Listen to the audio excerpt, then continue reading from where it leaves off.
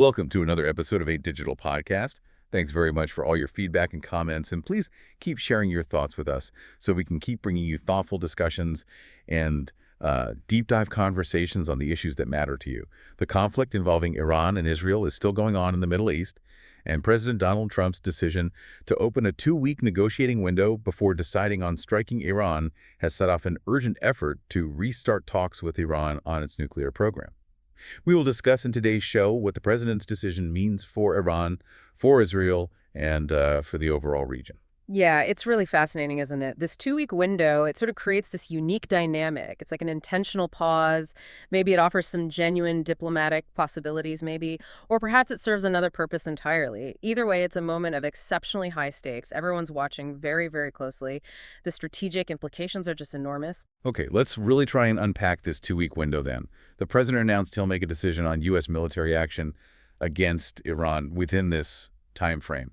So, from a diplomatic angle, what are the immediate reactions? How's this pause being received? Well, European negotiators definitely seem to be welcoming it. They're calling it breathing space, a diplomatic window. Yeah. There's already talk in Geneva, apparently, about presenting new ideas to Iran to sort of explore what is possible, especially, concerning Iran's uranium enrichment program, which is always the big sticking point. They're trying to seize this chance for dialogue, hoping to avoid things escalating further. Right. So the core issue, as it's been for, years now, is still uranium enrichment. Iran consistently says it's for peaceful energy. But they are making large quantities of this near weapons-grade material. And the U.S. position, it's been pretty clear, hasn't it? Any deal has to completely ban enrichment. And this is where it gets really tricky, because Iran has spent decades, literally billions of dollars, refining this tech. They've built these huge facilities like Fordo, the secret one deep inside a mountain. Giving that up seems like a massive concession for them. Exactly. And that raises a huge question for Iran. Will their calculations actually change now? I mean, we've seen over a week of pretty intense Israeli airstrikes. Reports suggest they've degraded large parts of the enrichment program.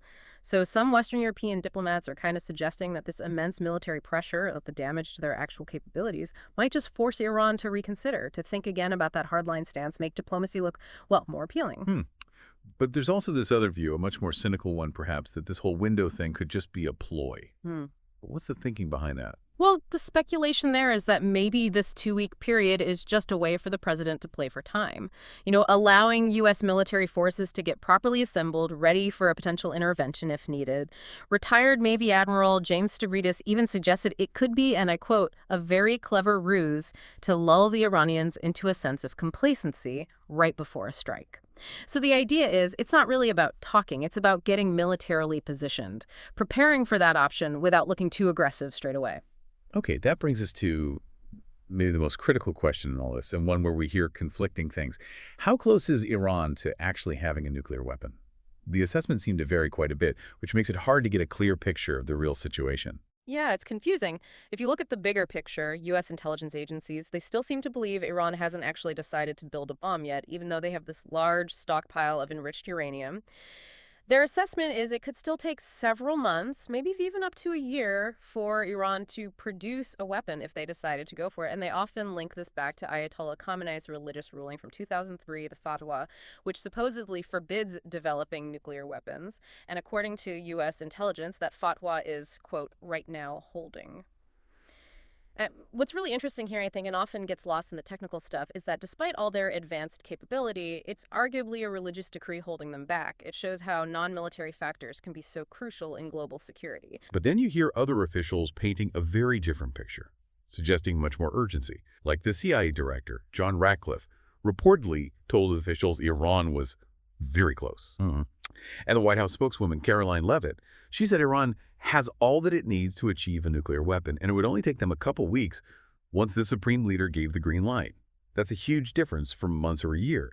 It creates a totally different sense of immediate danger, doesn't it? It really does. And some American officials apparently find the Mossad assessment credible, too. Israel's intelligence agency thinks Iran could do it in just 15 days. Prime Minister Netanyahu has also warned Iran is weeks away, or maybe within a few months, less than a year. He calls it a clear and present danger. But here's the really crucial point. None of these supposedly new assessments seem to be based on newly collected intelligence. Instead, they're described as new analyses of existing information.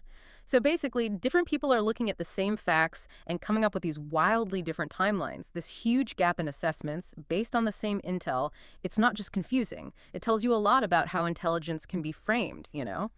Distress urgency or maybe that caution, depending on the agenda. Given those big differences in timelines, it makes you wonder, what are the actual steps needed? What does it really take to make a bomb? I think for a lot of us listening, it might seem like just having enough enriched uranium is the main thing. But is it really that simple? Or are there other big hurdles Iran still faces? No, it's definitely not that simple. While their stockpile is enriched to 60%, and yeah, they'd need 90% for a bomb, making a workable weapon needs more than just the fissile material. Iran would also have to actually, build the bomb itself, engineer the whole device, and potentially miniaturize it so it fits on a missile warhead. Now, the U.S. and Israel believe Iran has the technical know-how to build a bomb, but there's no intelligence suggesting they've actually started doing that specific, really complex work. They might even go for a cruder weapon first, something like the Hiroshima bomb, which wasn't miniaturized for a missile. But even that's a big step beyond just enriching uranium. Right. And of course, this whole nuclear question is just one part of this really complicated crisis, isn't it? While all the diplomatic maneuvering is happening around enrichment on the ground, the conflict itself has been, well, pretty intense. Israel's carried out extensive strikes. They've hit dozens of military targets, missile production sites, even a nuclear research facility in Tehran, apparently. And the SBND headquarters, that's Iran's Organization of Defensive Innovation and Research, the one Western intelligence often links to their potential weapons work. And the rhetoric from Israel has been pretty aggressive, too. Defense Minister Israel Katz said Ayatollah Khamenei cannot be allowed to exist. He ordered increased attacks specifically to undermine the Iranian government. Although Prime Minister Netanyahu did later clarify that actually toppling Iran's leaders wasn't a, quote, stated or formal goal, which kind of highlights maybe some internal tensions or different objectives within the Israeli leadership itself about what the ultimate aim of this conflict is. Meanwhile, Iran has definitely responded. They've accused Israel of violating the UN Charter by attacking nuclear facilities or pushing the UN Security Council to hold Israel accountable. There were even these confusing reports for a while that Ali Shamkhani, he's a top aide to Khamenei, key advisor on nuclear talks, was dead.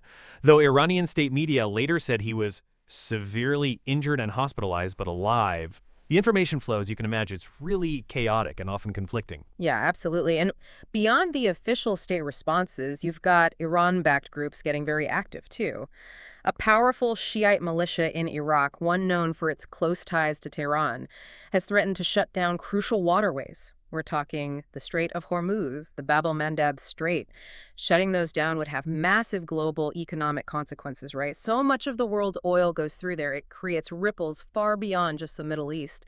And on the ground inside Iran, their Red Crescent reported 5 hospitals damaged by Israeli strikes. They're accusing Israel of violating international humanitarian law. There are even these planned marches of wrath and victory across Iran, meant to show national anger and unity against the attacks. So how are the other big global players reacting to all this? I mean, this is a conflict with potentially a huge worldwide fallout. Their positions must be really important.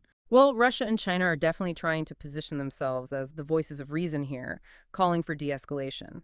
Putin and Xi had a phone call where they strongly condemned Israel's actions. And Xi Jinping, in what sounded like a message aimed at the U.S., stressed that major powers should work to cool the situation, not the opposite. Both Russia and China have offered to mediate. Beijing especially sees Iran as a really vital counterweight to U.S. influence in the Middle East. Plus, Iran's a key part of their Belt and Road Initiative, so they have strong reasons, both economic and geopolitical, for wanting stability there without regime change.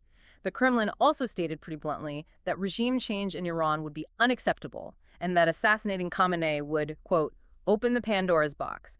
Their involvement just adds another layer of complexity. Okay, and what about the IAEA, the International Nuclear Watchdog? They're usually the ones with the most direct access, the inspectors on the ground. What's their perspective? Their director, Rafael Grossi, he stated that their findings on Iran's nuclear program can hardly be a basis for any military action. That's quite a strong statement. He also said there's no indication of a systematic program in Iran to produce a nuclear weapon. Okay. And he emphasized that diplomacy is the way forward. He made this really interesting point, acknowledging that while yes, physical structures can be destroyed, you cannot destroy knowledge, which is crucial, right? Military strikes might take out buildings, but they don't erase the expertise. That knowledge could just pop up somewhere else, maybe even more hidden next time. And all this tension, It's leading to some very real practical consequences, too, like these mass evacuations we're seeing. Dozens of countries, China, Japan, Australia, France, India, all scrambling to help their citizens get out. Even Israel's main airport has been closed, apparently, leading to rescue ships having to bring citizens home. The human impact here on ordinary people is significant and sometimes gets lost in all the strategic talk. Oh, absolutely. The disruption is huge, not just for the countries directly involved, but for people from all over the world who are just caught in the middle. It really underscores how far-reaching the consequences of a conflict like this can be. So given everything we've talked about, the conflicting intelligence, the regional fighting, the international reactions, let's circle back to what this 2-week delay from President Trump really means for U.S. strategy moving forward. Is it purely about giving diplomacy a shot, or is there maybe something more tactical going on? Is he just buying time for talks, or is this part of a bigger calculation about what's next for the U.S. regarding Iran? Well, the analysis out there suggests he might not just be buying time for diplomacy. It seems he's also using this period to bolster his military options. This pause allows a second American aircraft carrier to get into position in the region. That significantly improves the U.S. military's ability to counter any potential Iranian retaliation if things escalate. It also gives Israel, potentially, more time to try and degrade Iran's air defenses, especially around sensitive sites like Fordo. That would reduce the risk for U.S. forces if an attack is eventually ordered. And crucially, perhaps, it allows the U.S. to operate on its own timeline, not one dictated solely by Israel's actions or perceived deadlines. It gives Washington a bit more control over the pacing. And that Fordo complex you mentioned, the one buried deep underground, is a key target, isn't it? Reports suggest Israel might not even have the specific weapons needed to destroy it effectively, which implies that the U.S.'s powerful bunker-buster bombs would likely be necessary if hitting Fordo was part of the plan.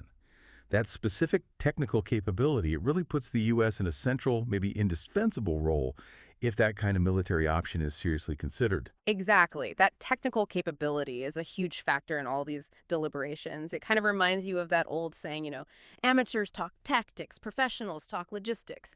Fordo really brings that logistical challenge fit and center in the strategic thinking. And it's worth remembering the U.S. isn't monolithic on this internally either. That adds another layer of complication. While you have some of the president's allies, like Vice President J.D. Vance, trying to sort of downplay worries about the U.S. getting dragged in, you also have prominent figures like Marjorie Taylor Greene, Tucker Carlson, Stephen K. Bannon publicly criticizing the idea of the U.S. joining another country's war. But then on the flip side, you have hawkish allies, Senators Lindsey Graham, Tom Cotton, pushing for a much more aggressive stance towards Iran. So there are deep, very public divisions within the U.S. about how involved they should be. It really does highlight what an incredibly fine diplomatic line would need to be walked here. I mean, just imagining the U.S. accepting Iran having any right to enrich uranium, while at the same time Iran completely dismantles its entire nuclear program. That feels like a really, really challenging path. Almost impossible, maybe? It makes it very difficult to see a clear what's next beyond just continued tension and the sort of knife-edge uncertainty. It is profoundly complex, no doubt about it. This 2-week window, it seems to have just amplified all the existing pressures and dynamics. It puts enormous pressure on everyone involved to make these critical decisions that are going to shape the future of the whole region for years, maybe decades to come. The big question hanging over everything is whether this brief pause will actually lead to some kind of diplomatic breakthrough, however small, or if it's just setting the stage for a more prepared, maybe larger escalation down the road. And maybe something for you, the listener, to think about is this. In a time when information itself can be a weapon and intelligence assessments seem to shift and contradict each other so much, how do we even figure out what the real situation is? And what role do these kinds of windows or pauses really play? Are they genuine chances for peace, or are they just sophisticated moves in a much bigger, much more dangerous game of global chess? It's definitely something worth watching very, very closely in the coming days and weeks. So this is it for today. The situation is rapidly evolving, as we've discussed, and we will certainly try to keep you updated. Please subscribe our YouTube channel and follow us on social media. Our handle is 8digitalco's. And please do let us know in the comments what you liked in today's discussion, maybe what you didn't, and what you'd like us to explore next time.